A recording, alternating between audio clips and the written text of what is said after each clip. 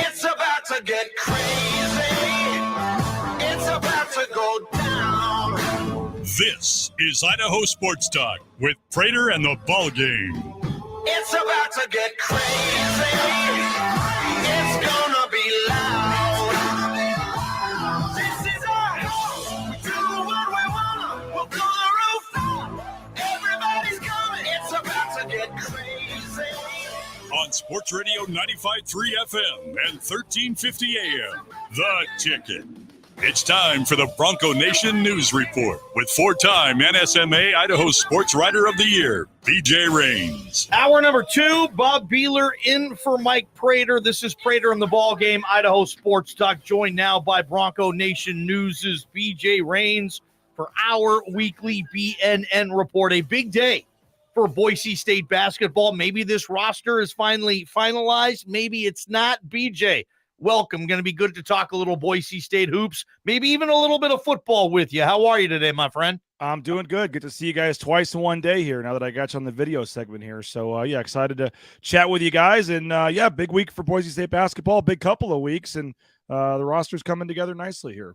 You know, you had a chance to have Omar Stanley. That's the St. John's transfer that was announced today. You had him on BNN this morning. What kind of was your takeaways and impressions from the newest member of this basketball program, Omar Stanley? Very well-spoken kid, said a lot of the right things. Culture was very important to him, winning, not necessarily individual stats. Said all the right things, had a huge smile on his face, said he's just going to be a high-energy guy. He actually described himself a lot like Najee Smith, to be honest. And I think he's just a guy that is excited about the opportunity, whether he starts, whether he's the sixth man, whether he just wants an opportunity to play and help this team win. And I do think he's excited to maybe expand his game a little bit. He had a lot of dunks, a lot of short shots at St. John's. I think he's eager to get a little more playing time and show that he can be a versatile player, and he's very excited. He called 2 words, he said unbreakable culture, and that's kind of Leon Rice's thing, and he brought that up a couple of times. So I think his personality, what he stands for fits in with Leon Rice and this staff and this team, and he's very excited to get out here and get to work. How deep can this team be, right? Could it possibly be one of the deepest, if not the deepest, Leon has had here? I'm not sure they're done either. I think that's kind of the big question now. And Leon, I'd be curious your guys' thoughts on this, but he kind of said you're never done. You're always, recruiting guys. There was a 15-point-a-game guy from UC Irvine that was reported that he's going to take a visit to Boise State. Well, they don't have any scholarships available right now, so somebody else is leaving, or Max Rice is going to move to something else is happening if they're still recruiting guards, or maybe they're just covering their tail in case something happens. So I don't know. I think it's very interesting what happens from here. But if this is the roster, if this is it, yeah, because I think Mo Silla, a lot of people wrote him off. I think he's going to have a role on this team. You have Omar Stanley. You have your 5 starters, and then you have, Lockett and Meadow and Keene and Kobe Young and Jace Whiting. So, you've got, 10 guys maybe that you think you feel pretty good about putting in there. So, I think you are asking a lot out of multiple guys that have not played much. Either Keene or Meadow, either one of them has played a second for Boise State, and one of them is going to have to be like one of your main guards off the bench right now if you don't get somebody new. So that's why I think I'm just very curious if this is it, if they go for more. But no, certainly it's going to be a deeper team. I think it's going to have to be, and I think they're going to try to spread these minutes out a little more so you don't have what you've had, happen a decent number of times here where they lose 4 or 6 to end the season. And I think you could put some of that on guys just running out of gas. BNN report every Friday, 4 o'clock. BJ Rains joins us alongside Johnny Ballgame. I'm Bob Behler, the voice of the Broncos. All right, BJ, I think maybe the million-dollar question at this stage, do you think this team, the way it's constituted right now, nobody else comes in, nobody else leaves, do you think this team's a better team than what they put on the floor last year? Oh, no, I think that is yes. I was wondering, I thought you were going to say, do I think it's a super team? Because we could have that discussion as well. But in terms of last year's team, I think so. I'd like to see Anderson play in person. I'd like to see Cam Martin. I might have a better answer for you after some summer practices, Bob. But from everything Leon Rice was saying today, you'd have to think so. He talked about Anderson, and is Roddy Anderson next year going to be better than Marcus Shaver was this year? That's asking a lot. If he's healthy, maybe. Yeah. That's asking a lot. I might take it to the basket better. Maybe wouldn't shoot it as well. Who knows? Yep. And then is Cam Martin the Cam Martin / guy they got today, Stanley, is that combo better than Lucas Milner and Najee Smith? I think you could say there's a strong case. That answer is yes, because I think Stanley will give you more than you got from Lucas Milner. I think they are, and I think Leon also knows they've got to play more guys. You're also going to have Jace Whiting with a year of experience under his belt. You're going to have Kobe Young improved and ready to play more, and RJ Keene, and then you bring in an Andrew Meadow, Chris Lockett combo as well. So, yeah, I'd like to see him practice a little bit, but on paper, I do think this team is better than last year's team, no doubt. And who knows, with the lack of minutes, maybe, I mean, assuming with the number of minutes played, maybe Degenhardt's even better than Degenhardt was if he's playing 28 minutes a game instead of 33 minutes a game. So sometimes that factors in. All right, BJ, I'd say Boise State's done a nice job navigating the freshman signings and the transfer portal. But when I look around the Mountain West, I don't think there's too many that would go in that door saying you had a good off season. Seems like a lot of teams ended up losing more than they've gotten. Do you agree with me?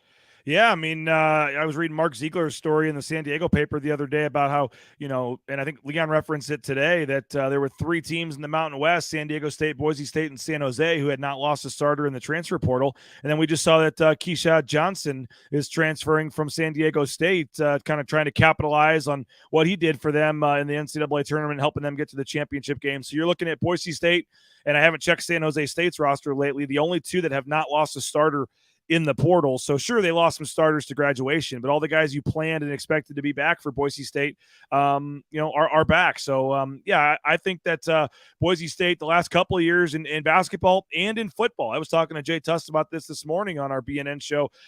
Boise State has done a tremendous job, and I think better when they first announced this transfer portal, don't have to sit out thing. I think there was a lot of worrisome from Boise State fans and maybe even some of us painting this scenario where Boise State's going to go find some guy like an Ashton Genty. He has a real big year, and then, Texas or Baylor or Texas Tech comes in and he transfers back home.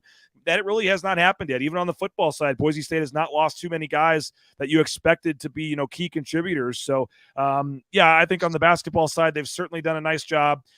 Emmanuel Acott's one of the only guys I can really think of that transferred out that, would have had a starting spot if he had come back. And so, I think they've done a nice job. And you look at the 3 that they lost in Pavle Kuzmanovic, Burke Smith, and Sada Nganga, and the 3 they've added with Anderson and Stanley and Cam Martin, and that is a massive, massive upgrade on those 3 for 3 trades. He's BJ Rains. This is the BNN Report every Friday on Idaho Sports Talk. Bob and I, BJ, are going to forecast this roster in about an hour or so. I wanted to get your opinion on it a little bit.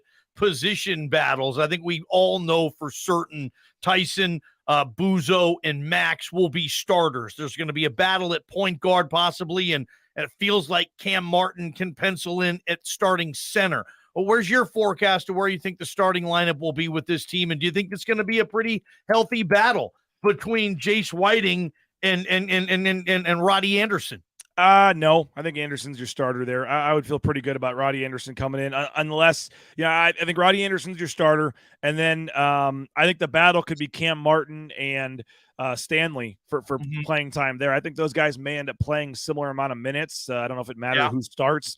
You're probably basically going to get a rotation of Degenhardt and Stanley and Martin at the 4 or 5 spots. Those 3 guys kind of covering 40 minutes. So if that's 120 minutes you got to cover, then you kind of figure out how to do that with 3 guys. So, I think that that's what that looks like. I do think Mo Silla is going to get a little bit of playing time. I'm looking at the backup guard, who's that first guard off the bench. I think for me, Jace Whiting's your scoring, your point guard, but who's that scoring guard? Is it Andrew Meadow? Does he come in right away and have a big role on this team?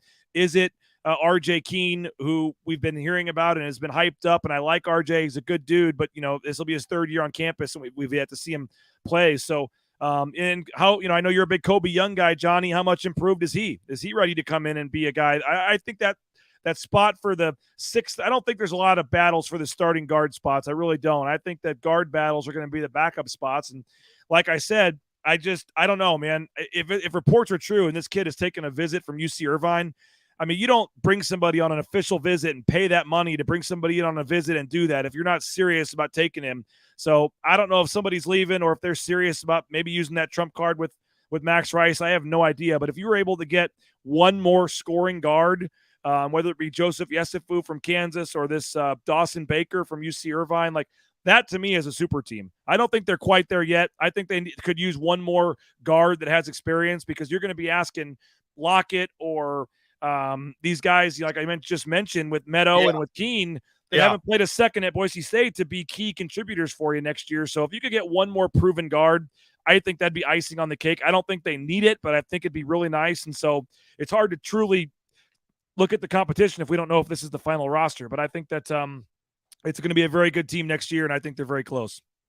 BJ, what do you think the stories are as we move into the latter part of the spring? I guess spring is here, I guess officially, but spring ball's over. Before we get the guys coming back for camp, everybody talks about the behind the scenes getting ready. You think we have any roster turnover in the time after spring ball?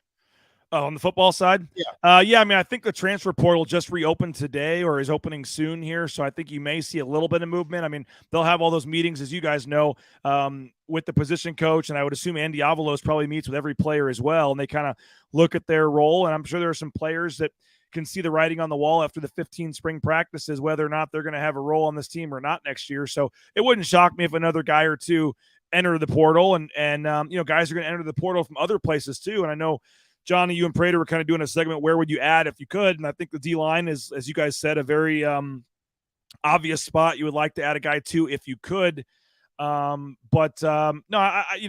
there may be a guy or two leave. I wouldn't expect it at this point, Bob, to be anybody, starting caliber player, unless there's some behind the scenes NIL deal somewhere else that's just crazy. But no, they got a couple weeks of workouts here, and then they'll get, I think it's 3 weeks off to go back home when school ends and kind of recharge. And then they'll come back for summer workouts and player run practices and things like that. But there's going to be a lot of hype, particularly about this offense for the next, 3.5 months till the season starts. And I'm not too worried about the transfer portal. I don't think Boise State fans need to worry too much at this point on the football side. BJ Rains with us. BJ, are you kind of anticipating this season to be like, okay, offense, you're going to have to get back over the 30-point per game plateau on average? They haven't done that in the last couple of years. And defensively, you're probably going to surrender more points than you did last year. Is it possible for that not to be the case? But I'm sure are you expecting this to be obviously the offense being the primary major strength of this football team next year? Yeah, you might know better than me. They don't have the over-under out for the Washington game yet, do they? No, they don't have win totals out either. I checked. You think can we get in the 70s for that game, for the over-under of the Washington game? I mean, is that it might have to be for it to be close, right? It's tough to think Michael Penix isn't going to pitch the ball all over the field. I mean, if there was a team total or whatever, you're taking over. Maybe even over 40 for Washington, over 30 for sure. I mean, yeah, that's just a tough first game for that defense to have to go against him. And I mean, I think it's obvious that the offense is early on, at least, probably going to be the strength of this team. But, I think it's easy to, myself included, to be prisoner of the moment. And you forget that DJ Schramm wasn't out there and Markel Reed wasn't out there and Dimitri Washington and some of these key guys were not out there during the spring game. But certainly the talk of the spring was the offense is much further along at this point.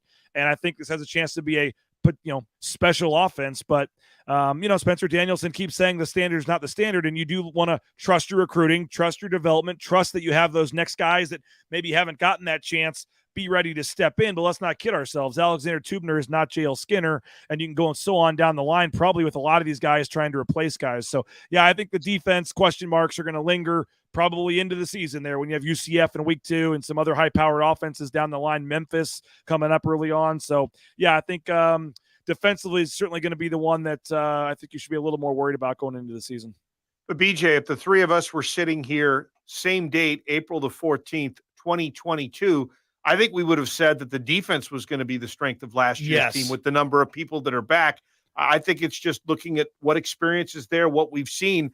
I would think that I think a good bet would be that this team averages more than the 29.5 that they averaged last year offensively. And I would think that this defense would give up more than the 19.5 or 20.5, whatever it ended up, finishing for the defense. I don't think they'll put those kind of numbers on the board either. No, I think the offense is going to score a lot of points. I really like this offense. I think it's got a chance to be really, really special. And Johnny, I'll throw this in, man. I was one of those Facebook memories, pop up on your phone when you see old stuff come in. 2 years ago, the day after the spring game, so it was after Tim Plow's initial spring game before he had coached the game. Me and Johnny and Jay Tuss did a little three-way show talking about it, and Johnny was talking about the offense having 11 3-and-outs during the spring game and all this stuff, and I was laughing so hard because we were trying not to put too much stock into it. And you go back and look at it, and even the Tim Plow offense stunk in the spring game, and it just never got better. And it was just like I should have sent you the link, Johnny, but it was just we were just ripping the offense, and we're going, well, they weren't showing much. It was the first spring. Some guys were out, and it just never got better. Didn't Matt Griffin lead that spring game in catches too? He might have, but in the spring, the offense had 11 3-and-outs in the spring game and 9 penalties or 9 false starts or something on the offense in that game. So it's so hard in the spring game to get a gauge on anything. That ended up proving to be true, but I agree with you, Bob. I think Bush Hamden, Taylon Green, all the talk has been great. It seems like they're meshing well together. You got star power all across the offense. And what are we thinking? 30s? I mean, you're saying over 30. Johnny, I'm thinking 35. I mean, I think that would be I think one. This offense could score 35 points a game. I'd be fairly surprised if it didn't, to be honest with you. And the better the defense does, the better this team's going to do. Oh, no doubt. The offense is going to score. It's going to come down to Spencer Danielson having these guys ready, or there's going to be a lot of 38, 32 games or whatever this season. We'll see. We saw that in the bowl game. That's right.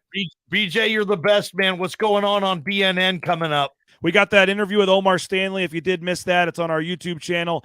We jumped on, talked to Omar for about 12 minutes. So that's up there. And we have a lot of coverage as well. Gymnastics, they had 2 individuals competing in the championships. We have stories up on them that did very well. Courtney Blackson, the national runner-up, got second place at the championships. And our friend Justin Schultz, softball coverage as well. He got the heave-ho the other day, Johnny. He got ejected from his second game this season. And we've got coverage of that up on the side as well. All right, BJ, great stuff. That's our BNN report Fridays on Idaho Sports Talk with BJ Rains of Bronco Nation News. Make sure you subscribe to BNN. Go to bronconationnews.com. It's right there. Click that subscribe button. If you're a true Boise State fan, go on and help out BNN. Let's play let's say some games, Bob. Fair or foul? I'm the host. I got JP and Bob Behler for some interesting situations. We're going to have fun on this Friday. Prater on the ball game. Behler in for Prater. Idaho Sports Talk, KTIK.